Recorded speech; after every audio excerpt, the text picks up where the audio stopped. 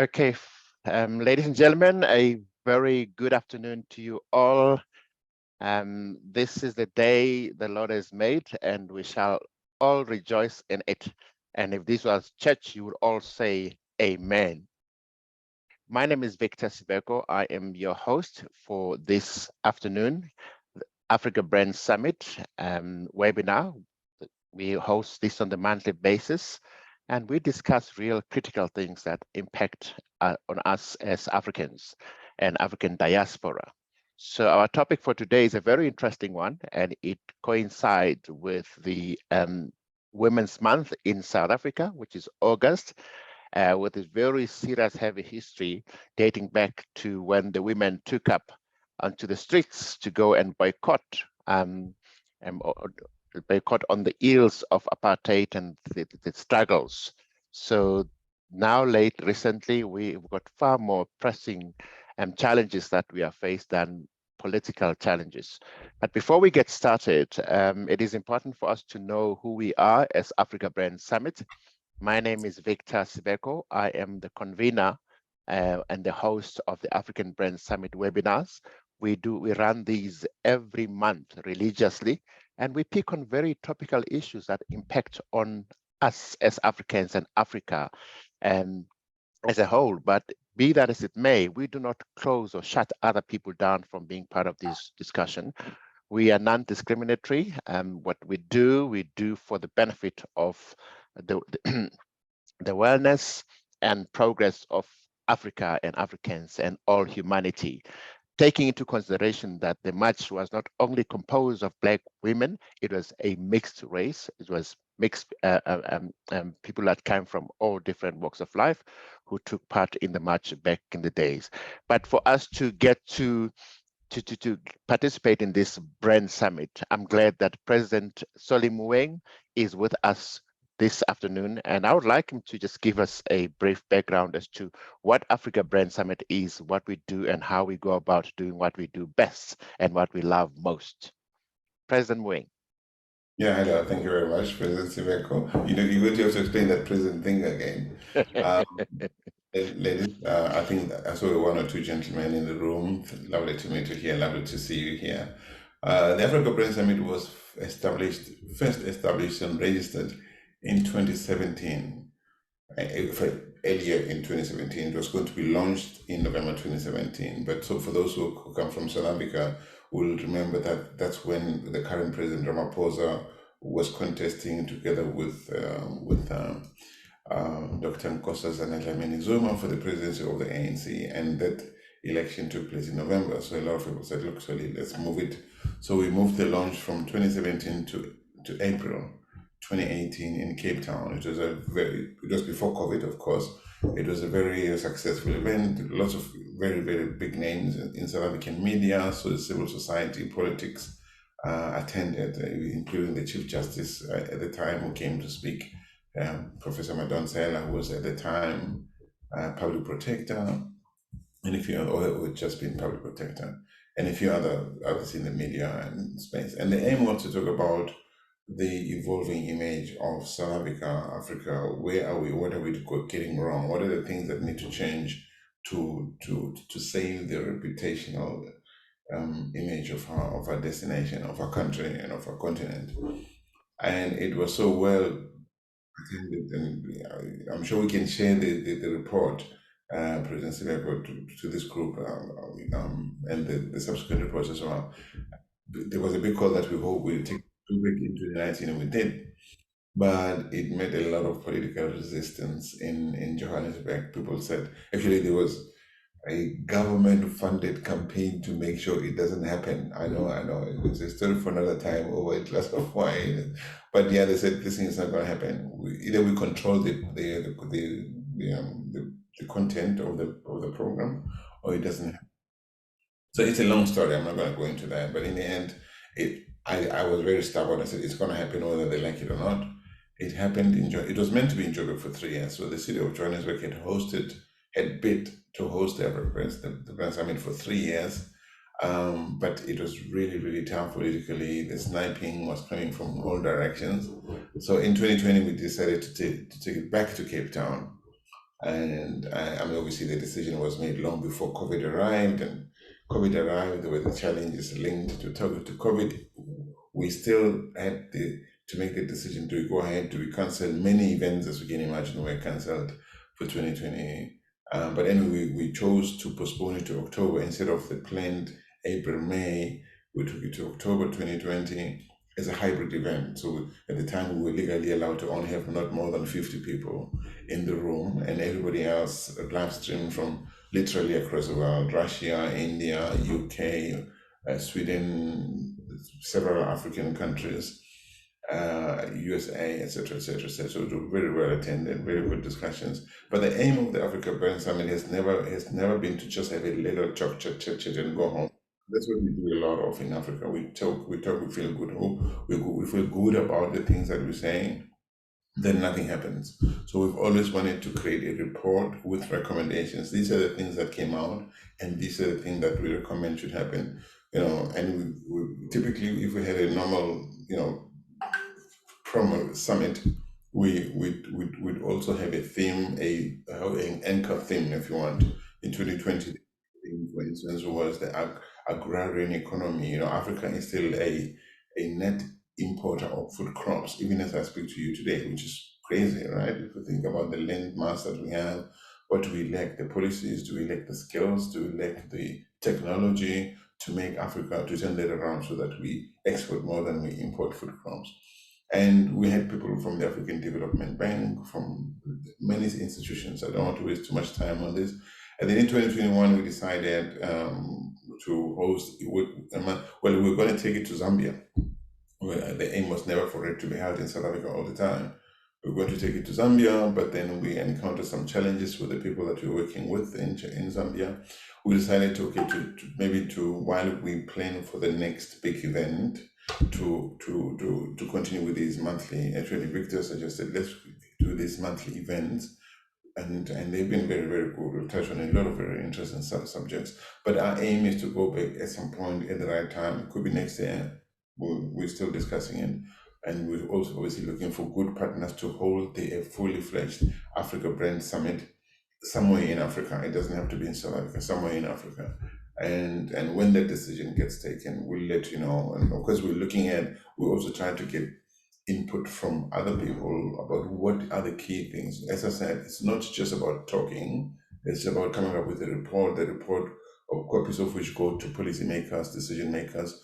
We can't force people to implement those things, but what you can do, and what we've done in the past, is to say these are things of concern. Please take them into account when you think about where you're going to allocate budgets and where you're going to put emphasis. I mean, issues of women, gender identity issues, not just women, but gender generally, identity issues are a huge problem in Africa. There are countries that look at Museveni in Uganda, some of the policies that were adopted there. So we still have a lot of work to do in Africa. If we want to see a more coherent, aligned Africa at different levels, we're going to have conversations about policy.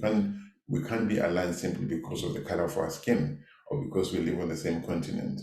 We also have to get to a point of how do we deal with women?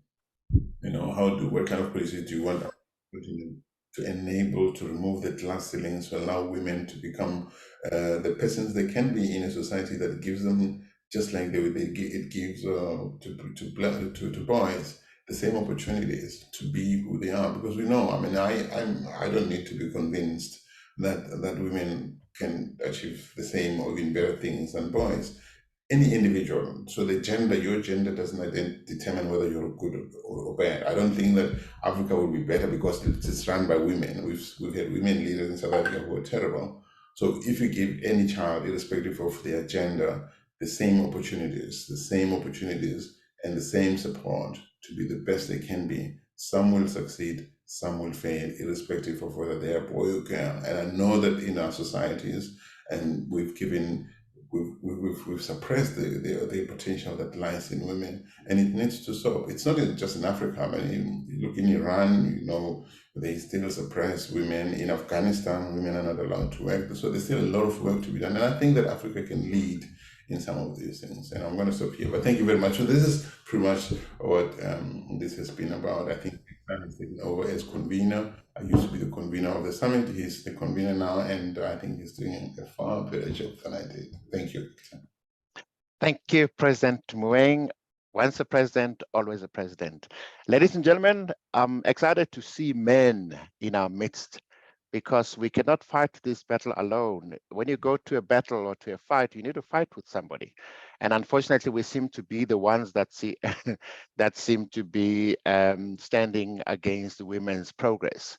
But surprisingly, we will hear from Dr. Mvusy as to what are the findings in terms of the work she's been doing with women, because part of the challenges that we've seen, especially when it comes to women leadership, is that women themselves sometimes become their own enemy. And we speak of PhD, pull head down syndrome. How do women pull each other down? And some of the things that we also hear and see happen as executives as well in our own space, wherever we are, is the whole challenges in women getting into the C-suite. The women can get into a C-suite. Some they get aggressively because they've got all it takes. Some, unfortunately, I'm going to call it as it is, not a big spoon. As I'm going to call it as it is. You know, we often say we call a spade, not a big spoon for turning the soil upside down.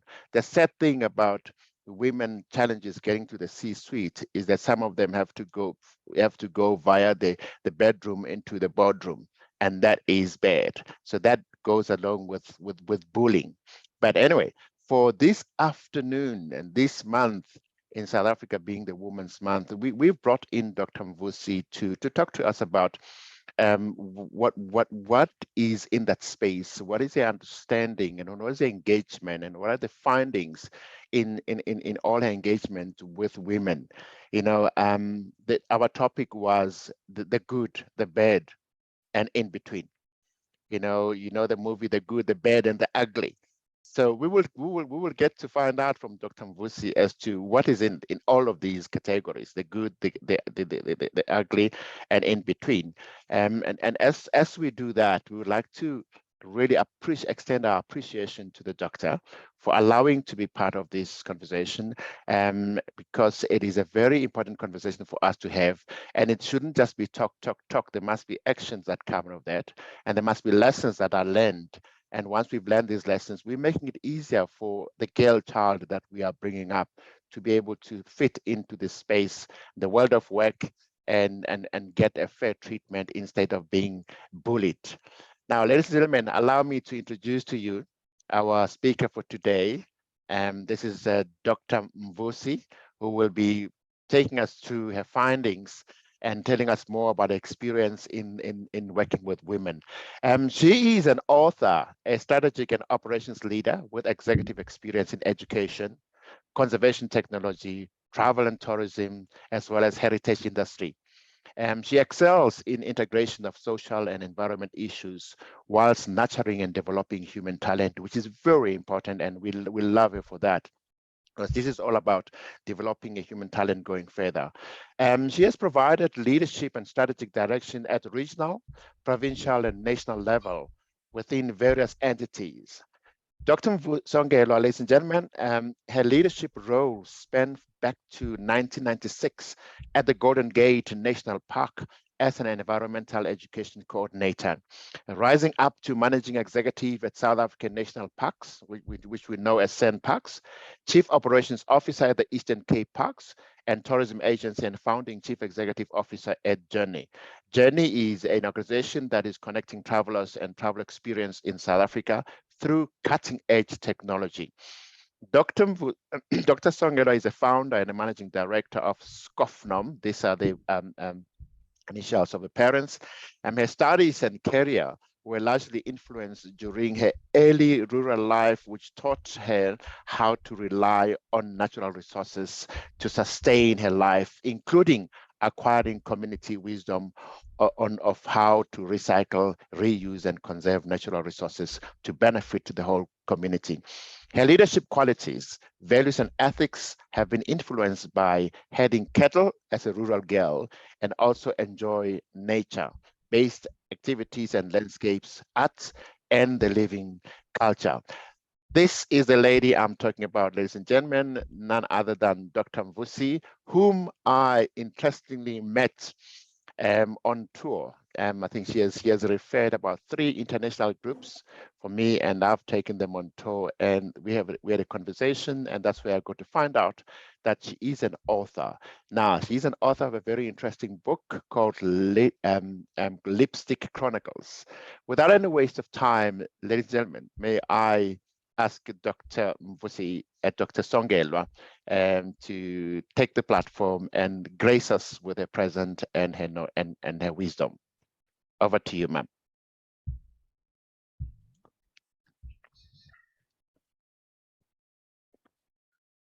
You are muted, Doctor. Thank you. And go ahead. Thank you very much, President Sibeko. I have to remember that title. Firstly, I really need to apologize. I am sitting here at the restaurant because there was an issue in our estate in terms of the network. So I just want to check, am I audible? Yes, you are, Doctor. Okay, thank you very much. And thank you very much for that introduction, both from the ex-presidents. You know, I have to be really good. I am very, very excited today. Why am I excited is because just forget about everything else that President Sibeko spoke to about who I am. I am a cattle header, and that is who I am. Yeah. So you're speaking to the cattle header today, and therefore the intention here is just to really open the discussions about the things that we do not talk about. So I'm very comfortable in conversations because I used to do that so much when I actually had a cattle and milking cows and dipping cows with men, and all the values that I actually I took from managing those assets, the cattle that paid for my university at at that time. So I am opening a discussion because I know for sure that each and every woman that is on this platform is going to resonate with some of the things that we are going to be talking about. And secondly is that I am really here talking on behalf of the women that have contributed to the book that I have actually written. Maybe before I start, it's very important to acknowledge the people who kicked me out of the job, because if I wasn't kicked in 2021, I wouldn't be here talking to you. So in that sense, what I did, I turned my pain into passion.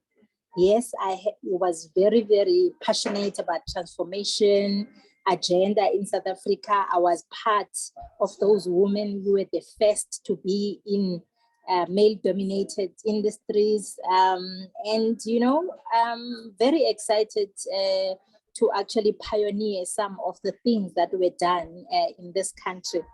And I think for me, the most important thing now is as an elder, I really feel that it is my time to leave a legacy, to pen down the things that we don't talk about.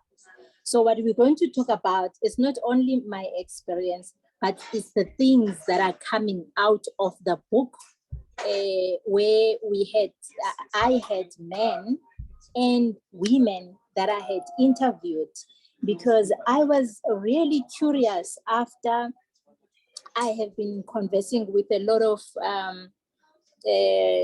I don't want to call it clients, I call them partners, the people that came to me as part of coaching, and through my research and through my reflection and the healing process, to discover that, you know, leaders are wounded in general. And I have men on my establishment as well. But, you know, and there was a trend of silencing either people hiding emotionally, psychologically, physically, as a result of the challenges that they are facing. So just maybe from the beginning, I want to acknowledge that silencing is general for both men and women. But today I'm going to be focusing more on women, because for me, that is exactly what I was interested in as an executive and leadership coach. I was engaging with those women, and I did some research, wrote some articles, and I really felt, this is something that we really need to amplify, because what we do now, we actually sit in a restaurant or we shush about it. We fear, we are very ashamed because we're going to either be judged or labeled. And all these things are coming out of this book. There are 4 things I just want to say in terms of silencing. I mean, we all know that in particular, women are silenced by our own bodies. You know, as you grow up, you have, you grow teeth, you menstruate, you give birth, you have post-traumatic disorders after birth, you go through menopause. And those things, they do silence you, things that actually have an impact in your workspace or at home or wherever. I mean, we know for sure, and every other woman can talk about how their bodies, their emotions change when they go through those processes. And it's another part of silencing. But also there's silencing where women are actually making choices and decisions that sabotage themselves, you know. Just to make an example, something that you have mentioned, as we call it as it is, President Sibeko, it's like some women get into the positions and then they sabotage other women. And because they sabotage other women, they actually like sleep up or sleep parallel, whatever you call it, or sleep down, and actually use that sleeping strategy as a way of either protecting themselves because they do not have the support, or it's a defense mechanism. They really feel that I have so many challenges. So if I have somebody that I sleep up with within the board or as within EXCO or wherever, I will have somebody that talks on my behalf when I am not there.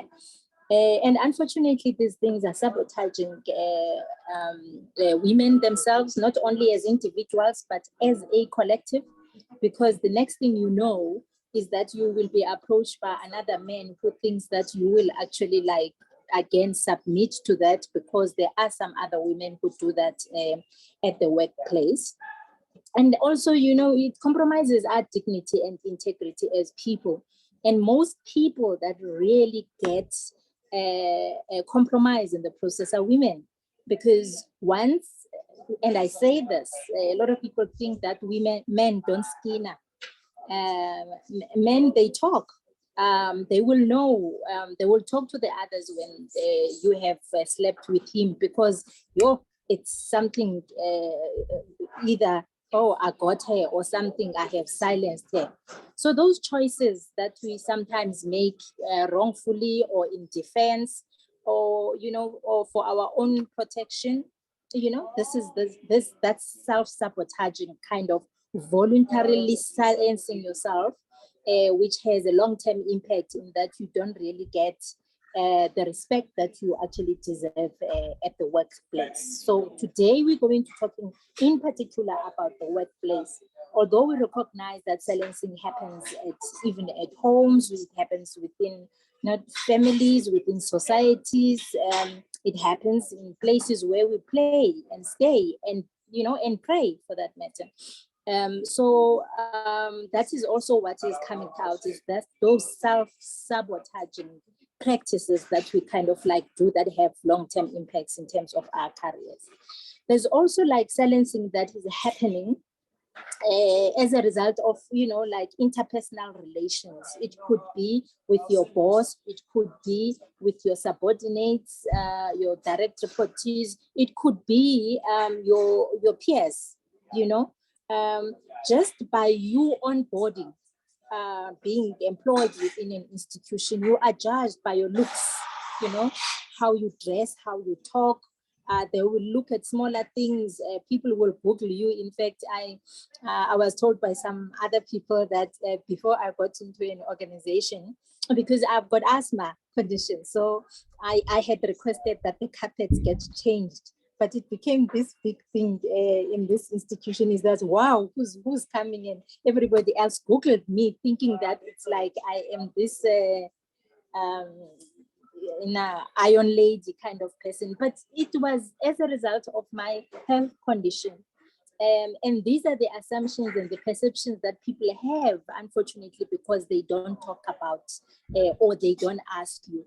And these issues that we're talking about here, it's not really about glamorizing women when it's Women's Month or Women's Day, or actually celebrating them. Which is what we see in research, we see in the media, we see everywhere else in magazines. What we are actually saying, for me, from where I sit, I really think it's a movement, because every other time we talk to a woman, especially those women who have these lipsticks, who have big cars, whom we think have actually at the helm of those organizations, they kind of like, you don't know. You know what happened to me yesterday? In fact, this morning, just this morning, I had somebody who called me, for 20 minutes. She said 3 minutes, but 20 minutes, she spoke about that bullying that is happening at corporate level, unfortunately, by another woman. And secondly, because we also allow the men to actually use us against each other. So those are the kind of conversations that we really, really need. So the second part of silencing is those one-on-one kind of interactions that we have. The third aspect is when your team, I don't know if other people have had this experience where you actually find out that within maybe people that report to you or your peers at Exco, it's like people are talking behind your back. It's about a lot of other things. It's either they are questioning your career, it's either they thinking that you have slept up with whoever to get this position, or all those kind of things. And you have this group bullying that is happening, or even upward bullying. All these things, colleagues, I'm talking about, they are in the book. And these are the experiences of the women that we have interviewed in this book. So this group bullying, it manifests itself in so many other things, where people actually decide they are going to plan meetings outside, let's say, working hours, or in awkward times, when women, are supposed to be actually dealing with their own family responsibilities. So even with the board, and this is for me one of the things that I really feel I think we have actually experienced it in South Africa as well, and we never ask ourselves what is in the mind of the CEO when we see things that are in the media talking about these are the CEOs, women CEOs in particular, and then there's this whole things about the board, and there's no support of that person. The last part, obviously, it's about within the organizations, the culture of the organizations, where a lot of women are talking about, you just get into this organization and you really feel, I'm a circle here. I really need to fit in some way. The unwritten policies and cultures of these organizations, they do not resonate or align with my values. But you know what? I'm going to stay. Why am I going to stay? I have to pay my bills. I'm a breadwinner. Everybody else is looking after me, and I'm also going to be judged because, hey, I was appointed in this position. There was media or everybody congratulated me. So I have to just be here. 2 years down the line, what happens? You hear people are actually having mental wellness, the breakdowns and whatever. And no one talks about that because you are also scared that if you really do talk about that, you will be compromised. Your families are going to be affected. So these are the things, 4 things that I'm highlighting here that are really coming out. Why I wrote this book most importantly, is that this book is not about blaming men. This book is not about blaming white people, although there are those challenges are acknowledged, obviously. If you look at the women that I engaged with, it's women of my age, elders. So obviously they got into the organizations at the time when transformation in South Africa in particular was after the post democratic era. So it's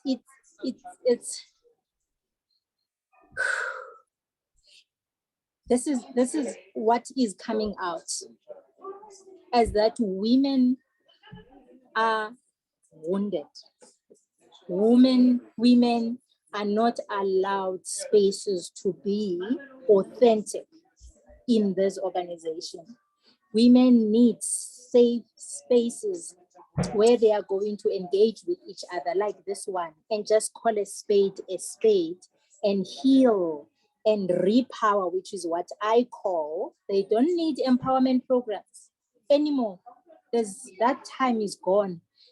People need to repower because they really need to actually unleash their potential. And there's so many support systems that even those organizations need to actually put in place to make sure that they support women. I mean, some of the things within these organizations people know about. They are deliberate, other people do it knowingly or unknowingly. And for me, by putting down this book is to actually just say, here it is, let's name it.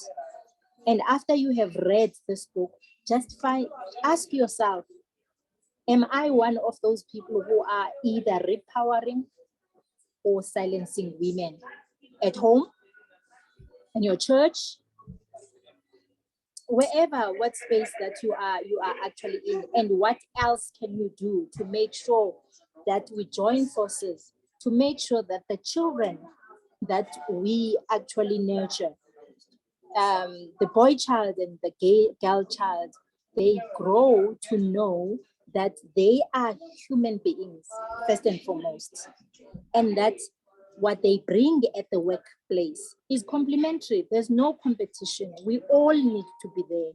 And that as a mother-in-law, as a sister, as an aunt, what is it that I am doing at my home to oppress whoever comes to my space at home? At church, if I'm married to a Mvusy, what does it mean, the power I do have here? Am I really sabotaging other people or not? And as men, ask yourself that kind of question. So just to end on here, because I'm really opening this discussion, and I'm hoping to get all the insights from everybody else who's here, is that we really need to flip the story. And for me here, I write for those women who cannot speak, those women who fear, speaking out, who don't have a voice because they were so terrified, because they are taught to respect fear than themselves. And that includes me. We've been taught that silence would save us, but it won't. Thank you very much. Yeah, there you had it, ladies and gentlemen.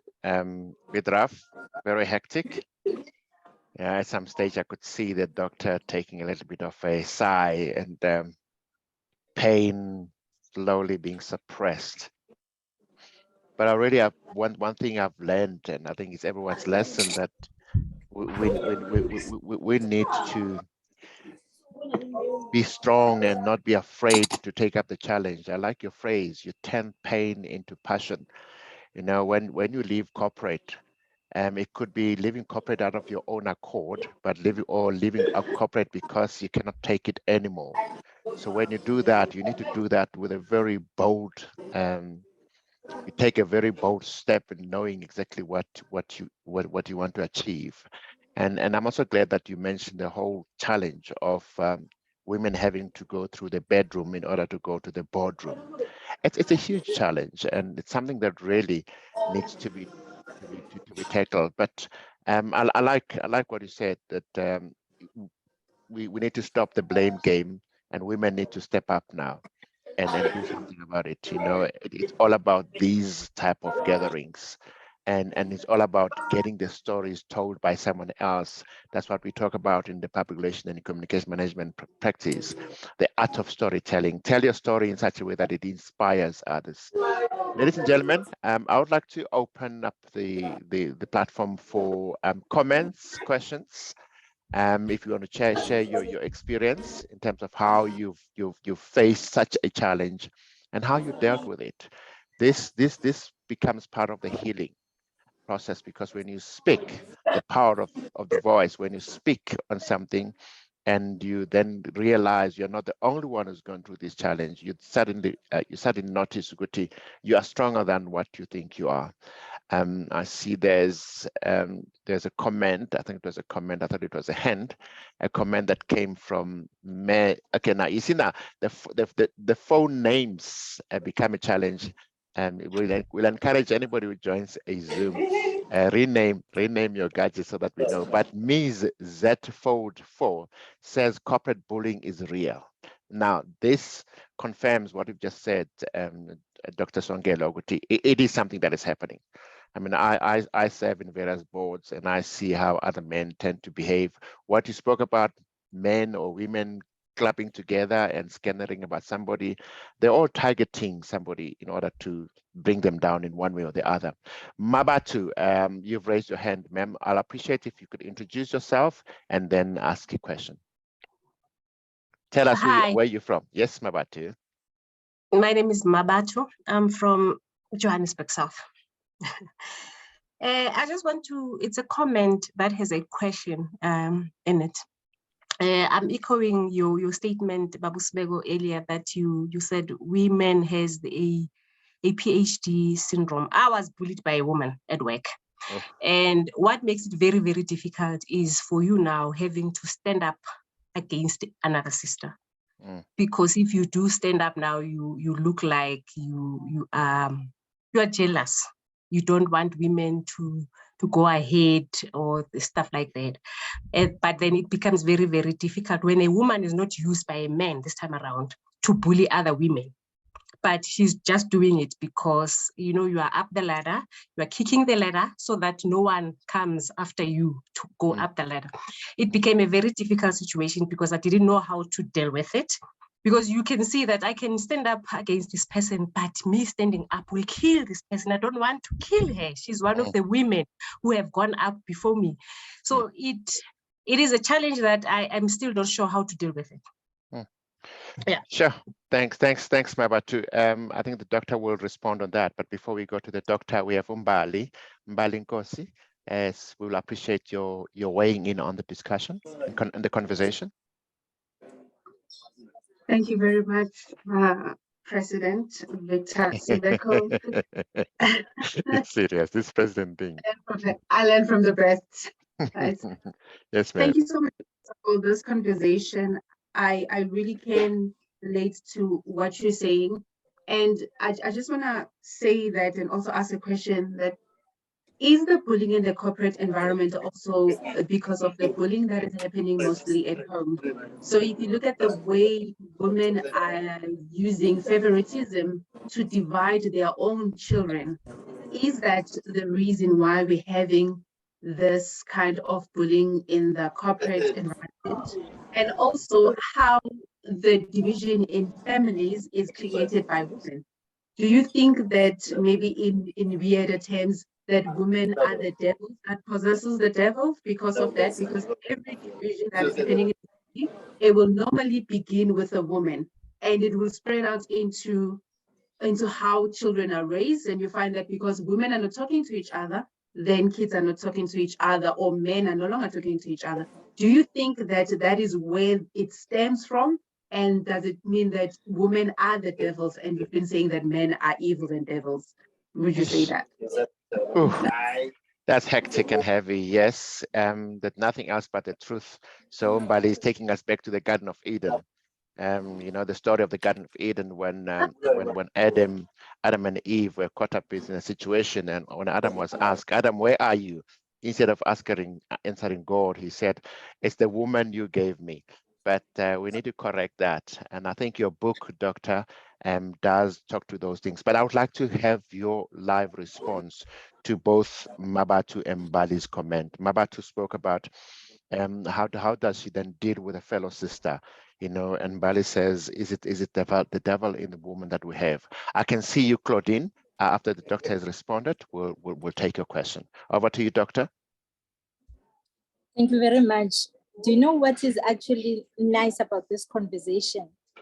Is that we're dealing with human beings. And that's one of the things that we actually forget. That the 20% that we see of any human being, the actions, the behavior, the looks, and what the person says is actually nothing. It's still the tip of the iceberg.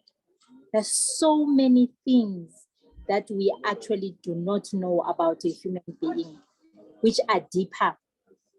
Motivations, the person experiences, the person's beliefs. And those are the things that makes a human being very, very complex. That's number one. The second part, like you have heard that before, that each one of us, the 8 billion of people in this world, if we are 8 billion people, you cannot actually just like say, oh no, this is the answer. This is not the answer, because everything is contextual. It's circumstantial as well. So and the only thing that we can have and that we have control over is the who we are as individuals. And that is actually coming very strongly in this book, is that we have so many things that are happening, things that we cannot control, how people see us, how people label us, how people judge us and whatever. But if you know who you are, your values, you are able to establish personal and professional boundaries, such that you actually don't see people as a men and women. I introduce myself as a cattle header. And obviously that means I've got more masculine traits than feminine traits, isn't it? And you find there are other men that have more feminine traits than masculine traits. The fact that the person has got a penis or a vagina doesn't necessarily mean that person is pro-women or is against women. And that is something that we really need to do. And we have to call a spade a spade. If I, as Mvusy, and as a woman, I am exhibiting those kind of oppressive practices, we need to be able to stand up and kind of like say, this is the reason why I will not stand this. This is why what I will do if you do this thing, whether I'm a woman or I'm a woman, because it is actually a misnomer that all men or all women are actually will be supportive. So what I want to say is you need to be able to say, this is who I am. I speak out. And unfortunately, you can label me as Iron Lady or label me as aggressive or label me as emotional. I have to tell you, and if I have to be vulnerable at some stage, if I am scared to talk to this person. So this book also comes with those kind of nuggets, what people can do at an individual level, what the organizations can do, and what supervisors should do to enable the environment to be safer. And one of the things that I think for me assists is the fact that you really need to have somebody that you talk to who is your sounding board, whether somebody you have paid for professionally, like a coach or whatever, or somebody that you trust. Oh, I'm sorry, the noise at the back. Now the restaurant is getting worse.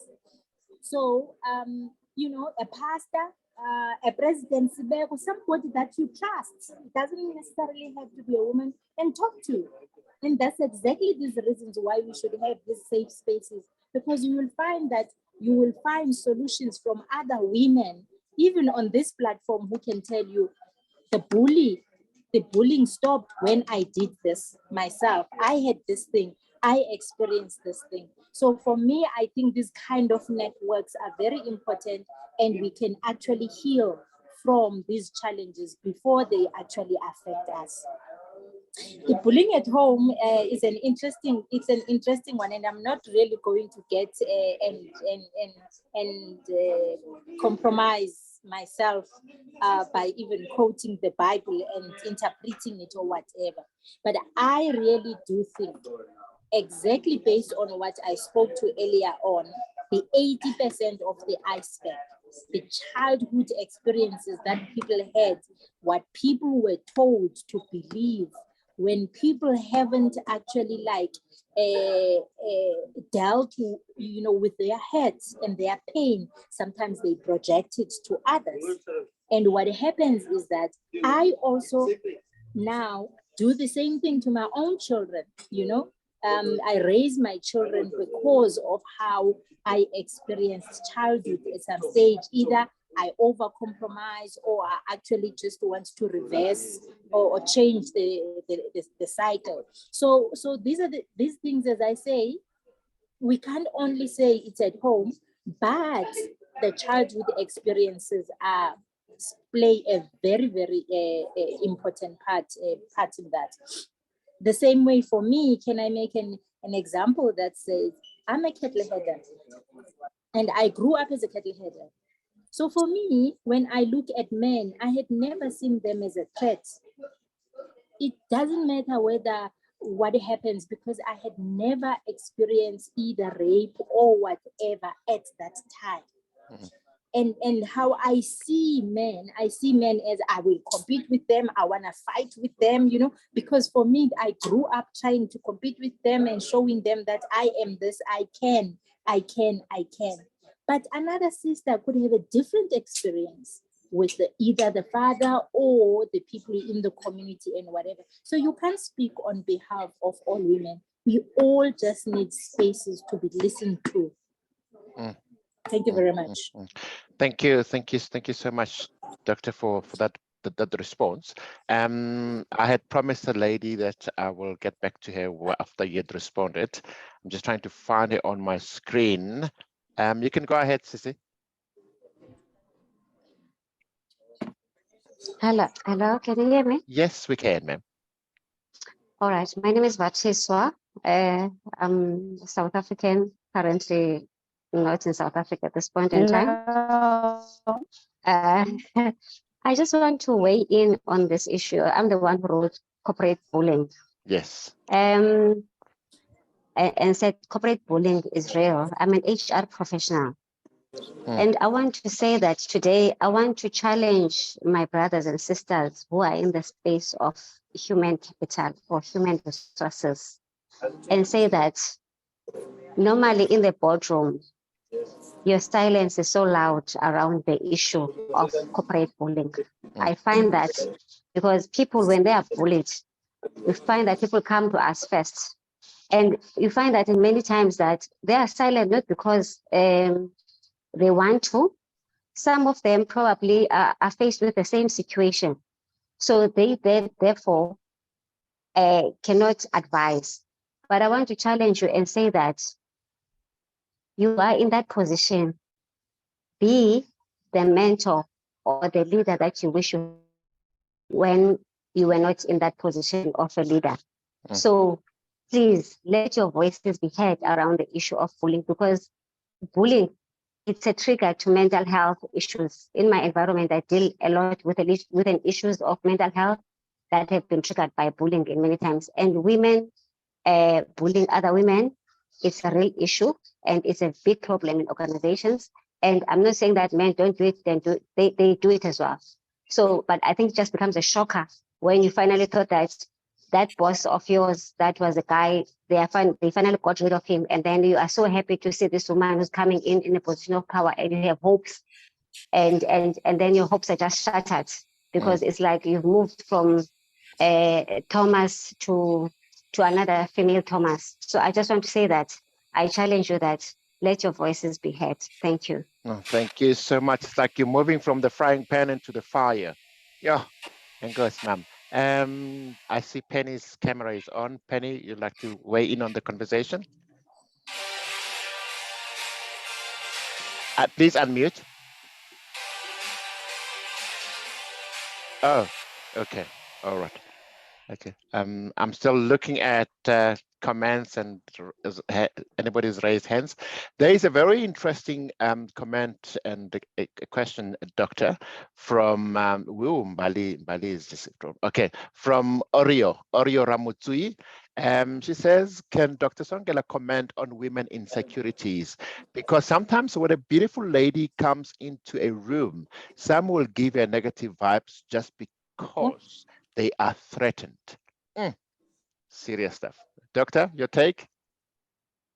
Yes, let me start with Vatiswa. Vatiswa, thank you very much for actually joining all the way from the island. I know that you are on holiday.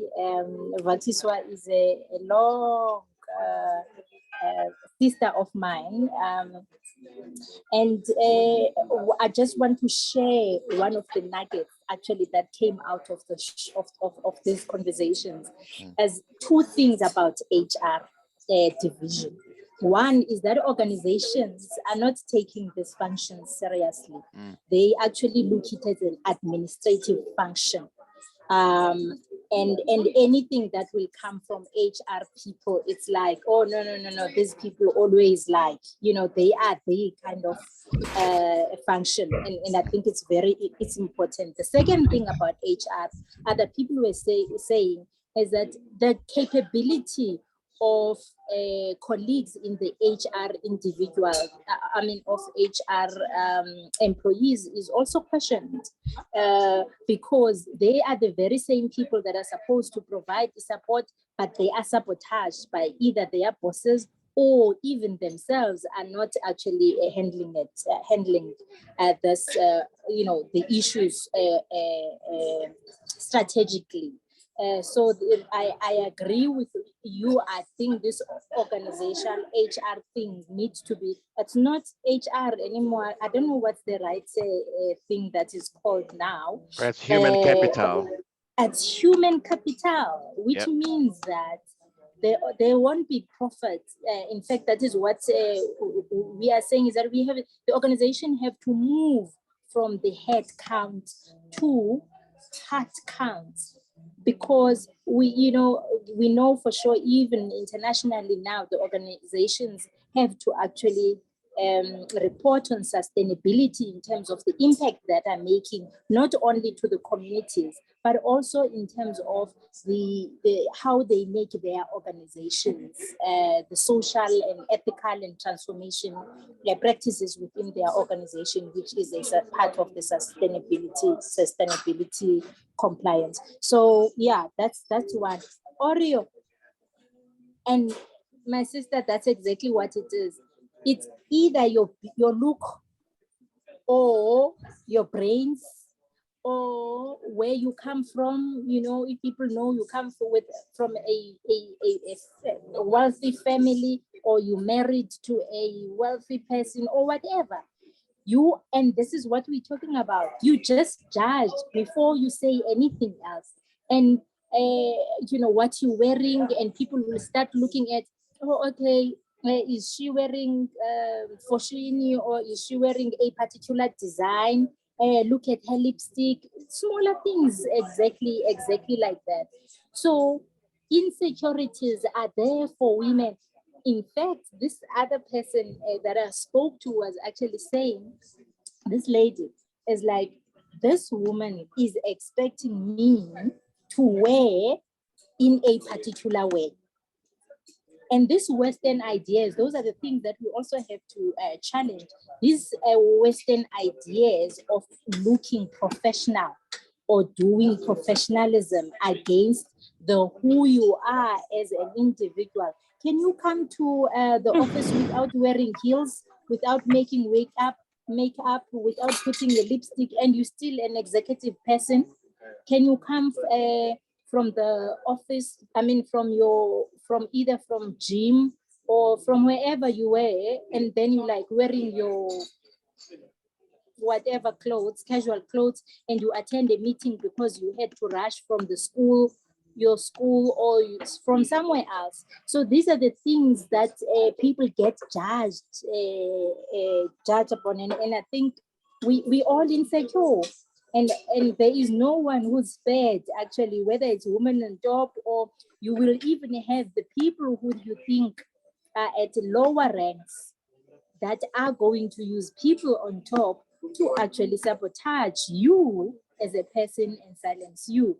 So as I say, it comes in many forms. And where I came from last week when we were having this engagement, people were saying we really need to amplify this voice, to write more about these issues, because there's more that is coming out, and you will find that really very few women that I spoke to, cannot cover this kind of sickness. But true to what we were talking to here at the beginning, it must be a call to action. What now? What is it that we need to do? Which is, for me, something that I really would like to hear before we close here, is like, what is it that we need to do, not only to influence policy, but it's really about who we are as people, why we treat each other this way, why is it that you can't be seen in a restaurant with a man without actually you being seen as you are either sleeping with that man or the other? Can't you have people helping each other? Just from a human point of view, or humane point of view. So I would really love us to actually bring more on board those kind of solutions, discuss and look at how we can influence policy or make this a movement, this sickness, to curb this sickness. Okay, thank you so much, Doctor. We have another question from Lindelwa. Lindelwa Sikolo. Madam, you ask a question, then after that it will be Penny Pagati. Lindelwa. Thank you very much, Chairperson, and to you, Dr. Mvusy. Interesting, very, very interesting topic. And I like what you said. But first of all, I actually missed the better part of your conversation, but it's okay, I listened to the podcast. But what you raised, you actually gave a solution, because you spoke about time to empower has come and gone, and it's time to repower. And my view is I won't be repowered by anybody but me, because that lies in how authentic you are as an individual. If you come into a building or into an organization as yourself, bullying is definitely going to happen. But if you know who you are and why you are there, whether you were Googled before you came in or not, or the reason why I'm saying this is that my view is it's 2023 now. If you look at where we come from as a people and as women, Black African women, we've come a long way. We are seeing things that are challenging to me right now in the workplace is the upliftment. There's this other Black woman that is actually happening in these corporate companies. And this Black woman is not of African descent, but the Constitution allows them to be labeled as Black. And I'm not being, and I know, when we started, we're told, we're non-discriminatory and all that. But you look at who has always been at the bottom of the food chain. We always have been. And if you don't repower, if you don't remain authentic, if you don't allow yourself to say these things without any fear of victimization or anything like that, I think we're going to have this conversation 10 years from now until 10 years to come. So I like the solution part is saying, now, how do we repower? How do we repower? Do I have to be a member of the BMF in order for me to know I have a backup to have? Do I have to be a member of a union in order for me to know? So how do we do that? I know we have to repower. yes, we have been empowered. Such spaces were not there in the past, but we've got these platforms right now. I'll end there. Thank you very much. Thanks, Chairperson. Thank you. Wow, thank you, Lindelwa. Can we take Penny? Yes, hi. Thank you so much for Eventually you that. got it right. Yeah. Okay. And Over that to you. prize is not mine. I think as we speak, maybe when we're not speaking, we can just ask the others to mute so that we can allow the speaker, because that's where the problem becomes. But thank you. I'm bringing my Toastmaster value in the space. Okay. However, I'm glad to be here, and thank you so much, Doctor, for such an uplifting and very insightful information. I love what Linda had said. I think I came in here with a different opinion, but then she actually channeled me, because what she is talking about is real. And there are that particular group of us that is deemed as us, and that does the most in terms of discriminative and stripping a power of a Black woman. So I will not touch on that as well. I'll also leave it hanging. But what do we do at a space where we're at, and as women in the space, and who knows, who have seen, some of us who have undergone through these things? I've usually said that my struggle and my abuse in the workplace was in such a way that it was enabling me, it was preparing me so that I could be the voice for those that don't have a voice, but more importantly, so that I could do something about it. Because the reason why I had to undergo that, I then later on saw the reality, or the fact, or maybe the reason for it is that so that I'm alert and I'm aware, because what we do, we play a very blind sport type of a thing, where we act as if we don't see this thing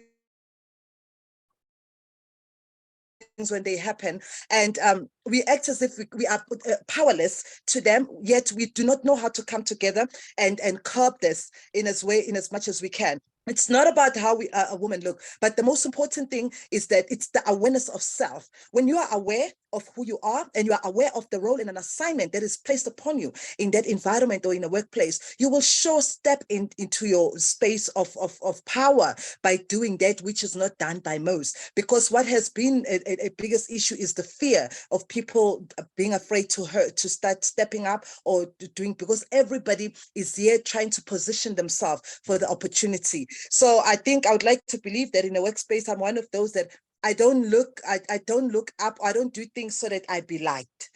My like is enough in a work environment. I do what I have to in order for me to manifest my assignment and to do that which is necessary to uplift another. And so I've been very instrumental in creating and building up courses, because all that I could pick up was the low morale that is happening a lot, so that we find that woman in a boardroom that looks at how you look before they listen to what you say. And sometimes they are most likely to step into what you say just because they have already measured themselves against you. That's first morale that I see, or the low self-esteem that I pick up. And then I don't play in that. I play in a space of who I am, and I continue. Like things like when you walk into a lift or a boardroom, people don't greet, or you greet a person, they don't greet. You not greeting me back is your problem. I will continuously do it every morning, because that represents my value and who I am. If I come across you and you're not greeting me, I will still continue to greet, because that's who Penny is. And so I feel so strongly about these things, that we step out of who we are, trying to please others, and so that we be seen as valuable people, or maybe people to be deemed in a certain way, whereas we're stepping out of our real self. So I will challenge the team, or whoever that is there, that let's go back into self. Let's go back into identifying with who you are. Let's go back into doing the little things that we are capable, that we can do, to try and bring the changes that we want to see in the future for the betterment of our country or of our continent, but more importantly, to create a better and amicable space for our children to work at. So that's my 2 cents of the conversation. Well, Thank it's you. not 2 cents. It's $5. Even if we're talking about de-dollarization. Thanks, Penny. You can see the fire from a Toastmaster. Toastmaster's fire, Penny. Thank you so much. Ma'am, before I allow you to respond to Penny no Lindelwa, may I take Claudine Mufokeng? She's been she raised a hand earlier on. Can I take care? Then I can allow you to respond. Then I can see you, Mbali, again. I don't know whether that's your new hand or the legacy hand. And I also see my good buddy, Simon Manelli. I will be with you shortly. Claudine, over to you. Afternoon, everyone. Good afternoon. Yeah, this is time well spent. Having spent 14 years in student counseling, I learned that bullying is learned behavior done by both males and females, peers and lecturers. So what I want to concentrate on is the workplace, because they take everything that they learned into the workplace. And let me share a bit. When I was entry-level graduate, I applied for a job, went into the boardroom for, you know, there was a panel there. I knew I had gotten it. When I went out, one of the panelists comes out with me. Unbeknown to me, he had loosened his belt. And when we go into the foyer, he was fixing his pants as though he had just put his pants back on. So he was saying something to whoever was looking. Okay, fast forward, now I'm at this college doing counseling. Here's a student, she is scared. She comes into my office, she can't speak. Fast forward, I go out, there's a man who had given her an opportunity to be in the training program. It was her last year, the last day at college, and it was payback time. The man came, you know, he came personally to the college to say, it's payback time, now you need to give me back what belongs to me. And as a counselor, I had to step in. Now, here I am, I'm looking at all this, and my question is, where is advocacy there? If this is a culture, where do we go to normalize it? Because the group that I have spoken about, these are people who are still trying to find themselves. They don't have skills that speak for them. And Penny, Bali, and Vatiswa touched a bit on it. And partly I'll answer myself in saying, to advocate for these people, their onboarding needs to influence their repowering. And we have to normalize fairness in the workplace. With time, it will be normal to treat people well. But for now, yes, it's a big issue. So advocacy, how do we do that? Thank you, Claudine. Sure, yeah, no, some of the stuff is very hard to bear. You know, being a man myself, I really feel angry and upset when I hear such things. Doctor, you've had 3 comments. If you could just weigh in on those, and then I will go to Lifuto, Simon, and Mbali. Mbali says it's not a legacy hand, it's a second hand, but not a second hand as in cheap, you know, a real hand. Okay, over to you, Doctor. Thank you very much, colleagues. Firstly, I must just acknowledge all the people that have spoken from my Toastmasters Club and Sister Dean. Thank you very much for tuning in. There is absolutely nothing more I can say, because exactly what we are talking to, the only way is to break the silence. You break the silence either by speaking to others, you speak to the, you either have the courage, but one of the things, courage to confront the person, But one of the things that we know for sure is that as much as now we say you must know who you are, we need to appreciate that deep diving is a very, very, very uncomfortable process. It's a journey. It's a journey of reflection. It's a journey of being true and honest with yourself. It's a journey of being able to look at your blind spots, what triggers you, what were your pains, what can't you let go, what are your beliefs and all that. And some of the people actually cannot do that by themselves. And that is the reason why the professional coaches or Mvusy or whoever you really can talk to, that take you to that journey, will assist. You really, really need people that are going to take you through that. I mean, it took me, I don't know about Penny, whether you knew who you are 15 years ago. It comes with time, and what we are saying is that we don't want the aspirational leaders and young women to take so much time. They can't take 57 years like I did to be able to do that.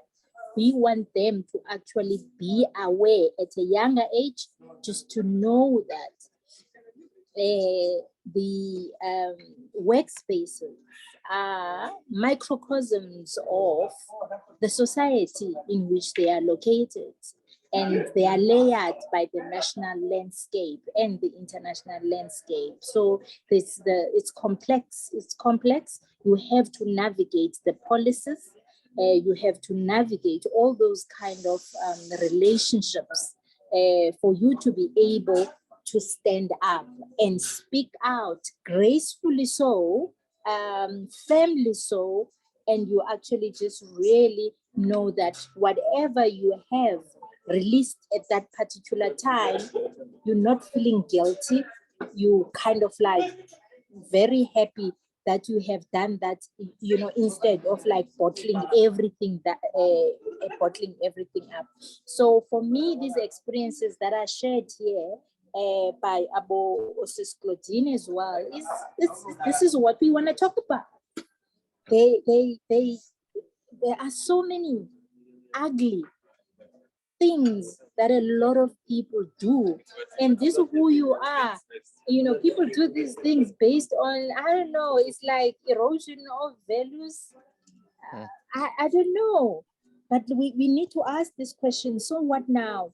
And some of the things that are coming up is that we probably need to have these safe spaces, the webinars, or kind of like really wake up the organizations and say, it's okay to do trainings or to do wellness programs in this space, but if you're not looking at your exit surveys and you act on them, it's null and void, because the very same perpetrators are here within this organization.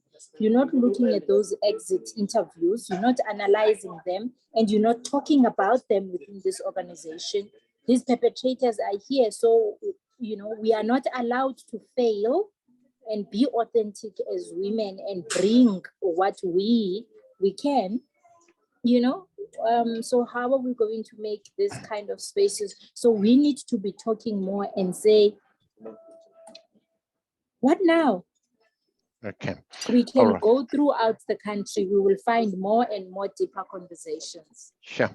Thank you, Doctor, for your response to these comments by very excellent contributions made by our guests. So we are indeed in conversation, and this conversation, Doctor, does not only end up here. This webinar is live on Africa Brand Summit Facebook page, and after this we will load it on Africa Brand Summit YouTube channel, so the conversations carries on. So we don't stop now, we carry on. We have where's Simon? Simon, it looks Simon has just dropped off. Simon, if you're still around, I cannot see you on my screen. But while we're waiting for Simon, Mbali is your second hand. Let me give you a chance to quickly ask a question or comment. Thank you very much. It's not a question, it's actually a comment. Thank you. Just want to, most of the time I refrain from commenting on things that I've never experienced, but I just want to say that coming from someone who's been almost raped 3 times, I was choked to a point of almost passing out. I wore a bulletproof, I held a gun.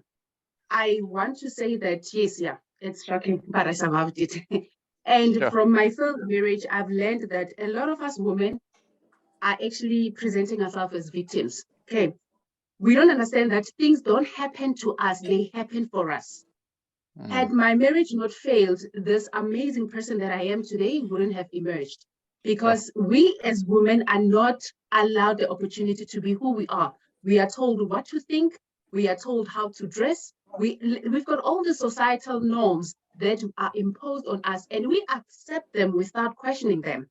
And the reason for that is because a lot of women are afraid to interrogate their beliefs. We are afraid of that fire because what will happen? The fire will burn you. Some women are afraid of the fire because it will burn you. Some women show up as fire. And I want to say that there is no one that is like you. No one will ever be like you. There is no competition. Show up as the fire that you're meant to be, and let them forget not your name, because that's where the bullying has come from. If you allow them, and if the way you treat yourself is how you teach other people to treat you. So we as Black women, normally at office, we want to sit back and be like queens. Oh no, I'm waiting for the prince to save me. Ain't no prince is coming to save you in the workplace. Get up, let them see you. Stop tiptoeing around the workplace. Let your footsteps be heard. I'm not saying be rude, but when Zozimbili said take up space, she meant that don't sit there and think opportunities are going to come to you. That's why we never make it. It's because we sit there and we wait for someone to give us an opportunity. Sure. Go out there, go. That opportunity is waiting for you. It's not going to come to you. You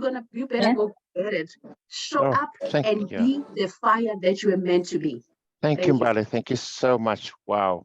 Power right there. Power right there. Big round of applause from Mbali. Simon was here, he dropped again, and I thought he would do a good job. Oh yeah, he'll do a good job and he'll represent us as men. Simon, Mr. Maneli.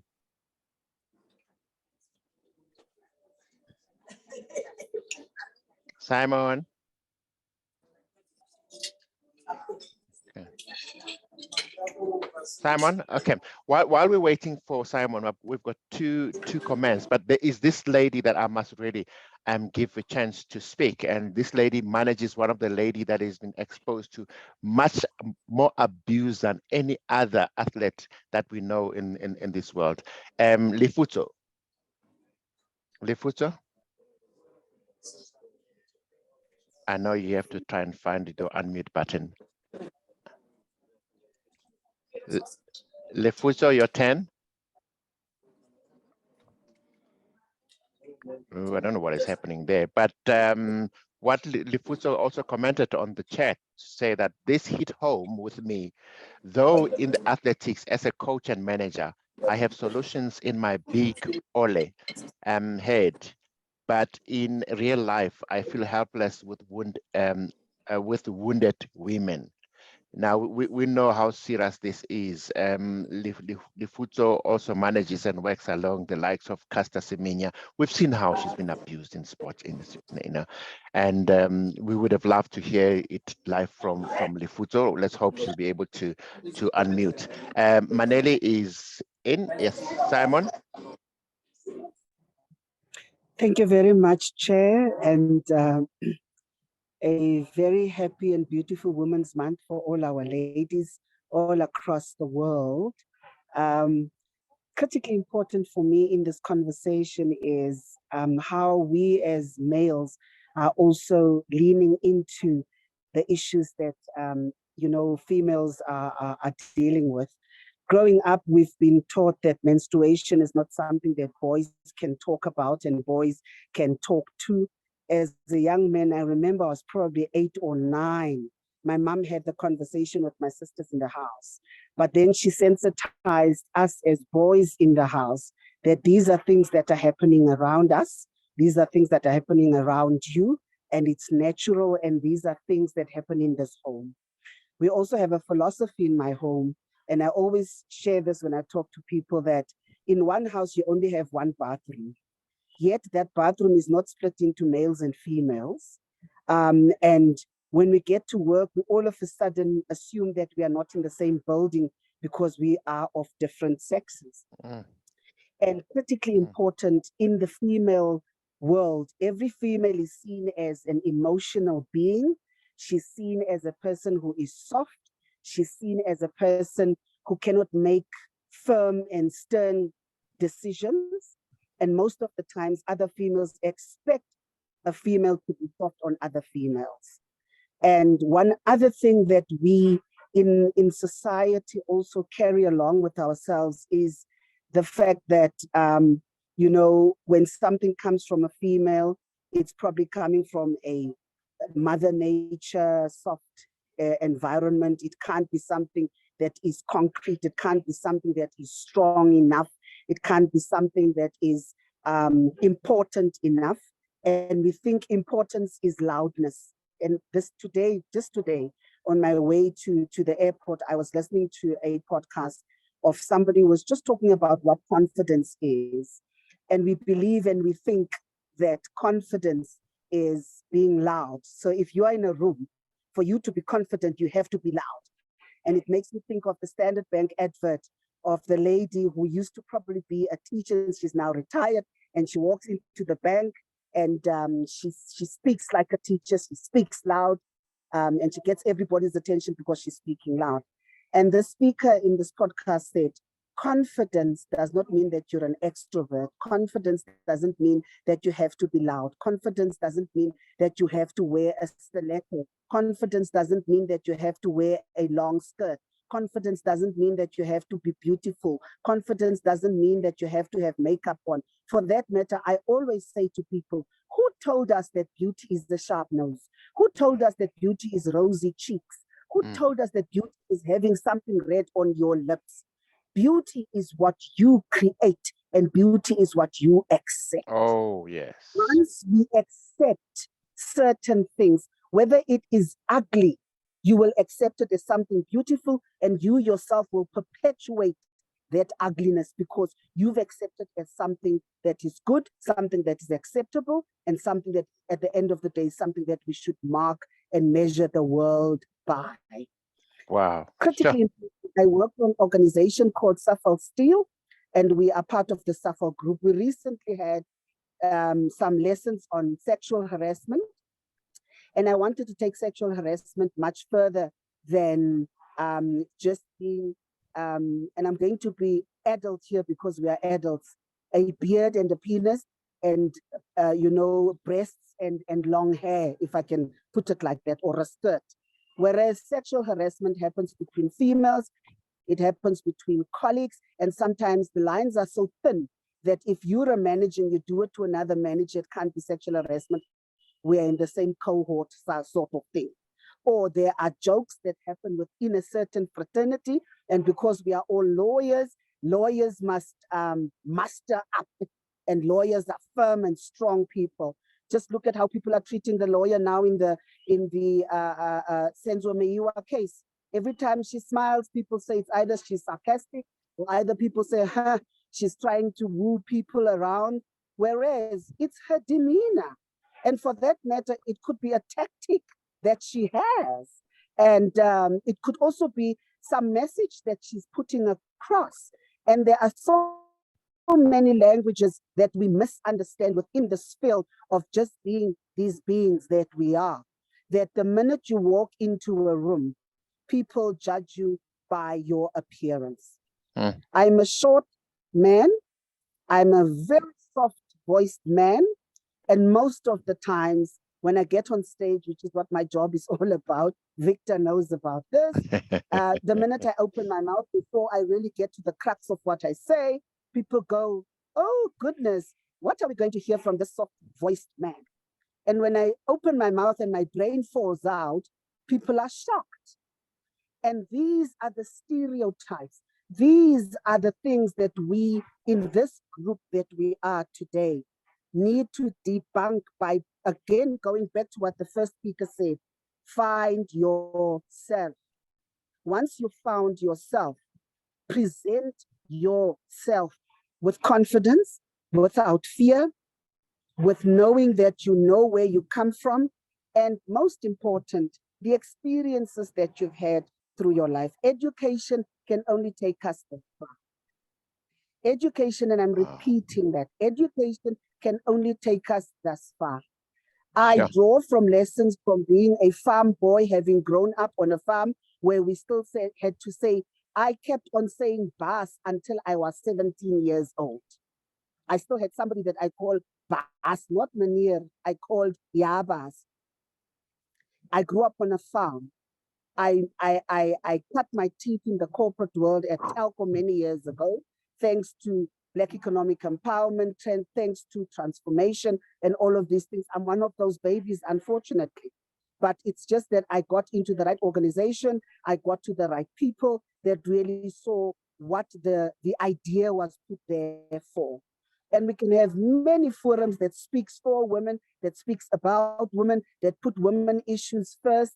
Men are still far much in the leading roles. Secondly, we have been socialized to have this divide called woman and man.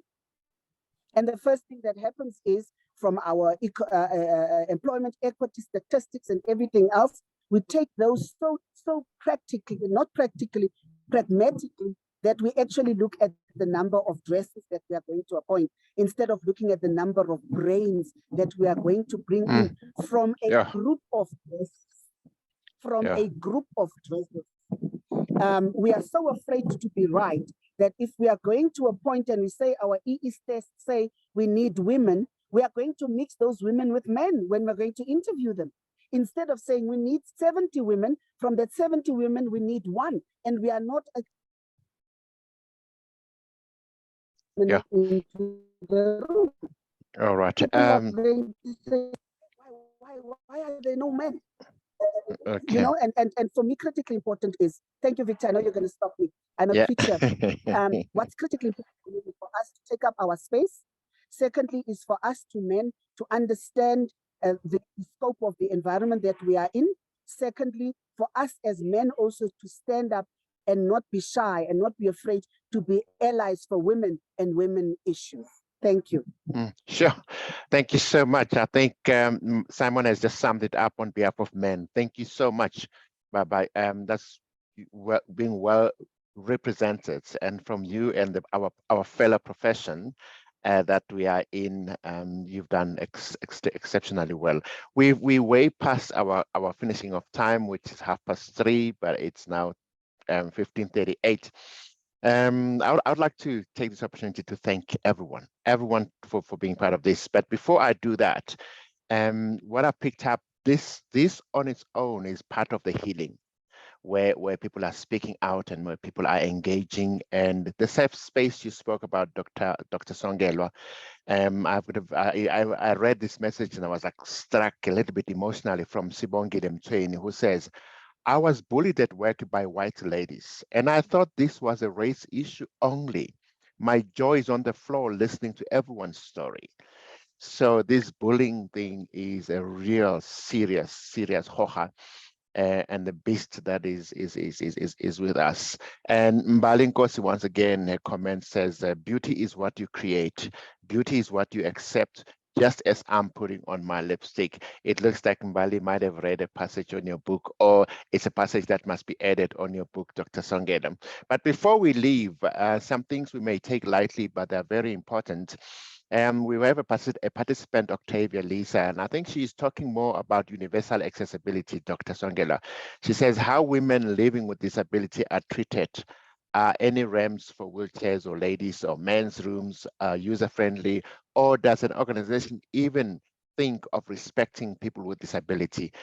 Because they're thinking maybe that because they are physically disabled, they're also not able to think, and yet they are very normal. There's nothing wrong with them. Okay, so I see Lefutso is, and I would have loved us before we close to hear from Lefutso, because she works with Castor and she's in the sporting area. When we talk about leadership, how do we do this? I know the topic was more on leadership, but leadership as women and as a leader leading a very very tricky client in the space of sports. Lefutso, you're the last one. You're the last one before we wrap up. Yes, ma'am. Over to you. Tell us who you are and what you do. Good afternoon, everyone. I'm sorry, I'm sorry we have load shedding, so my network is bad. Okay. My name is Difutso Maboa, and I'm probably the least with people who have gone to school a lot, but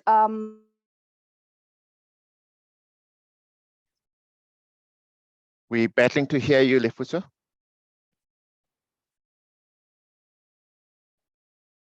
We're battling to hear Lefutso. Doctor, in the interest of time, if she manages to get back, we will give her time to say something. But in the interest of time, Doctor, as I said to everyone else, I know a lot of people have left already, but this conversation continues. It is live on the Africa Brand Summit Facebook page, and we will put it on the Africa Brand Summit YouTube channel, where we continue to engage and exchange our experiences. I've also added my number and my name and my email address. Email address is very straightforward. It's victor@africabrandsummit.co. There's no ZA. So do get in touch with us if you want to make any follow-up. We don't just do lip service, Doctor. After this, we want to engage and find ways through which we can get ourselves used up and understand what are the issues we're dealing with and how we can assist others.